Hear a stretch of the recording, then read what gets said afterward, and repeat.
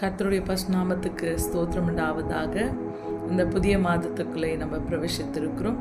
இந்த ஜூலை மாதத்தில் உங்களை பார்க்கவும் மிகவும் சந்தோஷம் அடைகிறோம். நீங்கள் எல்லாரும் சுகமாய் சேமமாய் இருப்பீங்கள் என்று விசுவாசித்து இன்றைக்கி கர்த்தருடைய வாக்கு தத்தத்தை நம்ம தியானிப்போம். யோவான் 16 அதிகாரம் 20 ஆங்கிலத்தில் நம்ம படிக்கும்போது, John chapter 16 verse 20, Truly, truly, I tell you, you will weep and wail, while the world will rejoice. You will grieve, but your sorrow will turn into joy. இந்த இடத்துல நம்ம வேதத்தை தியானித்து பார்க்கும்போது, யோவான் 16 அதிகாரம் 20 நம்ம தியானித்து பார்க்கும்போது, மெய்யாகவே மெய்யாகவே நான் உங்களுக்கு சொல்லுகிறது என்னவென்றால், நீங்கள் அழுந்து புலம்புவீர்கள், உலகம் சந்தோஷப்படும், நீங்கள் துக்கப்படுவீர்கள், அதனால உங்களுடைய துக்கம் சந்தோஷமாய் மாறும் என்று எழுதப்பட்டிருக்கிறது. வேதத்தை நம்ம சற்று நிமிடங்கள் தியானித்து பார்க்கும்போது, இயேசு கிறிஸ்துவானவர் தன் சீசர்களோடு கூட அவர் நடமாடிக்கொண்டு இருக்கையில் அவர் தன்னுடைய சீசர்களை தைரியப்படுத்தினார் என்பது பார்க்கிறோம். இயேசு கிறிஸ்துவானவர் அவர் சிலுவையில் அடிக்கப்படும் போது எல்லாரும் துக்கத்தோடு வேதனையோடு கண்ணீரோடு இருக்கிற நேரத்தில் அவர் சொன்னார், இந்த துக்கத்தின் நாட்கள் கொஞ்ச நாட்கள் மட்டும், உங்களுடைய துக்கத்தை நான் சந்தோஷமாய் மாற்றுவேன். இன்னைக்கு அன்பின் ஜனமே, நம்முடைய வாழ்க்கையில அநேக விதமான போராட்டங்கள், துன்பங்கள், அவமானங்கள், நிந்தனைகள், பிரச்சனைகளை வாழ்ந்து கொண்டிருக்கையில் மனதில் மிகவும் துக்கம், அந்த துக்கம் நம்மளை வாட்டி கொண்டிருக்கையில் நம்ம அநேக முறை நினைப்பது என்னன்னா, என்னுடைய துக்கத்தின் வாழ்க்கை, என்னுடைய கண்ணீர், எனக்கு இருக்கிற பிரச்சனைகள் மாறாதா, என்னுடைய சூழ்நிலை மாறாதா என்பது வேதனையோடு கண்ணீரோடு இருக்கிற நேரத்தில் ஆண்டவராகிய கர்த்தர் தன்னுடைய வாக்கு தத்தங்கள் மூலமாய் நம்மளை பலப்படுத்துகிற தேவன். ஏன்னா நம்முடைய துக்கத்தை அவர் சந்தோஷமாய் மாற்றுகிற தேவன்.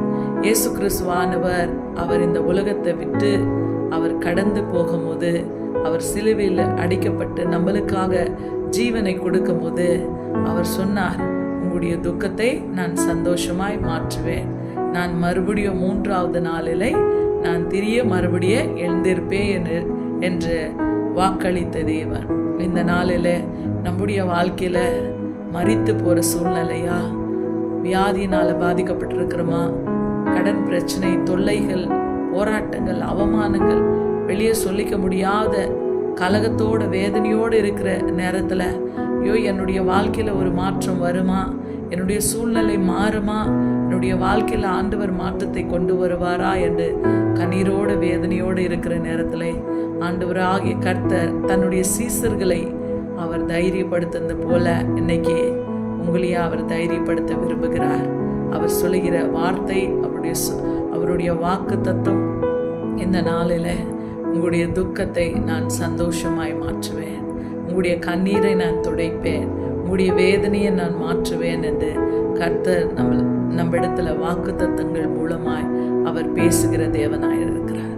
அதனால என் அன்பின் சகோதரியே சகோதரனே, எதை குறித்தும் இருதயம் கலங்காது இருக்கட்டும்.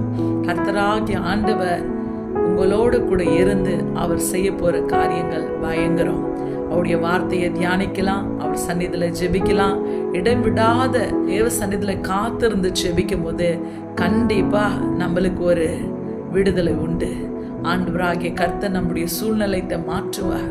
நம்மளுக்கு ஒரு நம்பிக்கையை அவர் கொடுத்திருக்கிறார். அவர் நம்பத்தக்க தேவன்.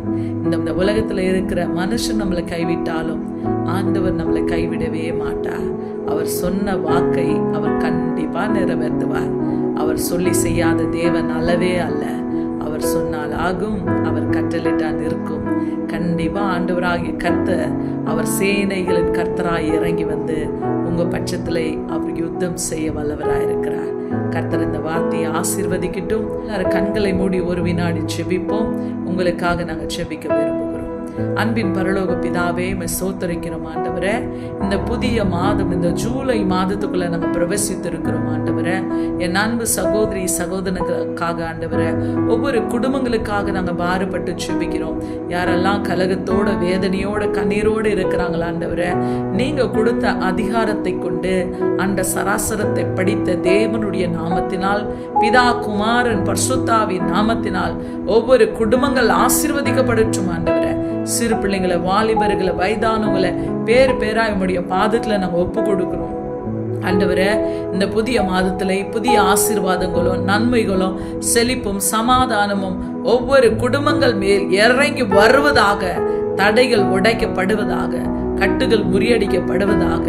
ஆண்டவரே, நீங்க கொடுத்த அதிகாரத்தை கொண்டு ஒவ்வொரு குடும்பங்களை ஆசீர்வதித்து இயேசு கிறிஸ்துவின் ஏற்ற நாமத்தினால் ஜெபிக்கிறோம் ஜீவனுள்ள நல்ல பிதாவே.